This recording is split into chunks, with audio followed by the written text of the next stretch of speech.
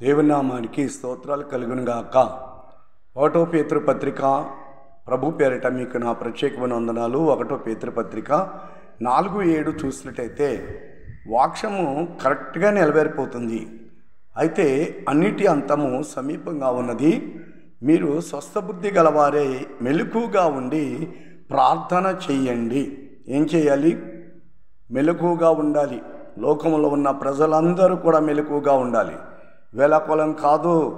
చూసారా, బైబిల్లో చెప్పిన ప్రకారంగా అన్నీ నెరవేరిపోతున్నాయి. పరిశుద్ధ గ్రంథము ఏమైతే ప్రవచనాలు చెప్పిందో, అయితే నూతన నిబంధనలు అయినా పాత నిబంధనలు అయినా బైబిల్లో చెప్పిన ప్రతి ఒక్క మాట నెరవేరుతుంది. అన్నిటి అంతము సమీపంగా ఉంది. భయంకరమైన వార్త చూసారా, ఈరోజు చాలా భయంకరమైనటువంటి దాడి ఇరాన్ మీద చూసారా. మరి ఇజ్రాయేలీలు బాంబుల వర్షం కురిపించటము, చాలా తీవ్రమైన యుద్ధం ప్రారంభమైంది, స్టార్టింగ్ అయిపోయింది. వేర్వేరు దేశాలు ఏది కలహపడి యుద్ధం చేసినా కానీ అంత బాధ ఉండేది కాదు. కానీ ఇప్పుడు ఇది మాత్రం ఖచ్చితంగా 3వ ప్రపంచ యుద్ధానికి సాదృశ్యంగా కనబడుతుంది. ప్రజలారా, దేవుని బిడ్డలారా, మెలకుగా ఉండి ప్రార్థన చేయండి. చాలా భయంకరమైన పరిస్థితుల్లో మనం ఉన్నాం. ఇంతవరకు ఏదో ఇంకా పర్వాలేదని వేళాకోళంగా తీసుకున్న వాళ్ళు తీసుకున్నారు, నిర్లక్ష్యంగా ఉండేవాళ్ళు నిర్లక్ష్యంగా ఉన్నారు. ఇక నిర్లక్ష్యంగా ఉండవలసిన పని లేదు. జాగ్రత్త, నిర్లక్ష్యంగా ఉండవద్దు, నిద్రపోతుతనం ఉండకూడదు, మెలకువ జీవితం కావాలి. ప్రభు రాకడ సమీపం అయిపోయింది, చాలా సమీపం అయిపోయింది. బైబిల్లో చెప్పినట్లుగా చూసారా. మరి ఇప్పుడు ఈ ఇజ్రాయెల్ దేశము ఎంత తెల్లవారుజామున మరి ఇరాన్ మీద ఎంత పోరాటం జరుగుతుందో చూసారండి. గొప్ప పోరాటం జరుగుతుంది. దేవుడు ఇజ్రాయెల్ దేశానికి తోడై ఉన్నాడు. ఇజ్రాయెల్ దేశం చిన్న దేశమైనా కానీ దేవుని శక్తి కలిగినది. నిజ దేవుడైన యెహోవా యొక్క బలం, ఆయన నడిపింపు, ఆయన లేఖనాలు, ఆయన ప్రియకుమారుడైన యేసుక్రీస్తు వారు చెప్పిన ప్రవచనాలు, అలాగే ఆయన చెప్పిన మాట నెరవేర్పులకు వచ్చేసినాయి. ప్రభు అయిన యెహోవా తన ప్రవచనాలు తన ప్రవక్తల ద్వారా ప్రతి మాట కూడా నెరవేరిపోతుంది. నిర్లక్ష్యంగా ఉండొద్దని బ్రతిమలాడుతున్నాను. అయితే అన్నిటి అంతము సమీపం అయిపోతుందని బైబిల్లో చెప్పబడినట్లుగా ఇప్పుడు అంతము సమీపిస్తుందేమో చెప్పలేము. బాధాకరమైన విషయం ఇది.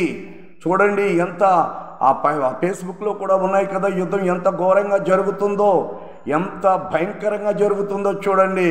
కాబట్టి దేశాలన్నీ కూడా ఇప్పుడు చాలా ఆలోచన టెన్షన్కి గురయ్యే పరిస్థితి వస్తుంది. ఇది రాకడ కాల సంబంధమైనటువంటి వర్తమానములు. ప్రభు అయిన యేసుక్రీస్తు వారి యొక్క 2వ రాకడ, అంత్యక్రీస్తు యొక్క రాకడ.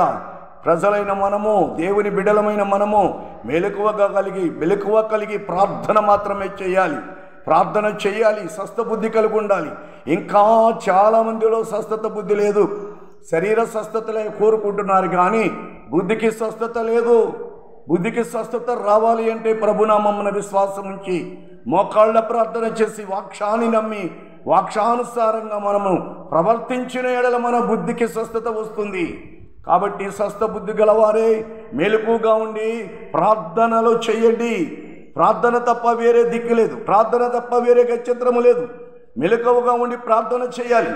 ప్రియ దేవుని జనంగమా, ప్రియమైన దేవుని బిడ్డలారా, ఇదిగో ఒక ప్రదంగా చూసినట్టయితే మన భారతదేశంలో కూడా మతోన్మాదం తీవ్రంగా పెరిగిపోయి రోజు సమస్యలుగానే ఉంటున్నాయి. చాలా భయంకరమైన మతోన్మాదంగా తిరుగుబాటు, క్రైస్తవుల మీద తిరుగుబాటు, భయంకరమైన సమస్యలు, భయంకరమైన పోరాటములు, సమాధానం లేని పరిస్థితి, రక్షణ లేదు, ఎక్కడా కూడా రక్షణ లేదు. ఇలాంటి పరిస్థితులన్నీ కూడా రాకడికి ముందుగా జరగబోవునని చెప్పినట్లుగా సూచనలన్నీ నెరవేరిపోతున్నాయి. ఎన్నో సూచనలు జరిగాయి. ఈ యుద్ధము పరిస్థితి అయితే అది ఆఖరిగా మనకు చూడవలసిన పరిస్థితిలో ఈ యుద్ధము నిజంగా 3వ ప్రపంచ యుద్ధముగా మారే పరిస్థితులు కనబడుతున్నాయి. లేఖనాలు చెప్పిన ప్రకారంగా పరిశుద్ధ బైబిల్ చెప్పినటువంటి ఖచ్చితంగా నెరవేరిపోతున్నాయి. తూచా తప్పకుండా నెరవేరుతున్నాయి. ప్రతిదీ నెరవేర్పులోకి వచ్చేసింది.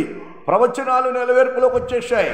ఎన్నో సూచనలు, ఎన్నెన్నో హెచ్చరికలు, ఎన్నెన్నో అద్భుతమైనటువంటి విషయాలు మనము చూస్తుండగానే ఈ 2024లో ప్రభు యొక్క రాకడ విధానం మనం కనబడిపోతుంది. పోరాటాలు కూడా కనబడిపోతున్నాయి.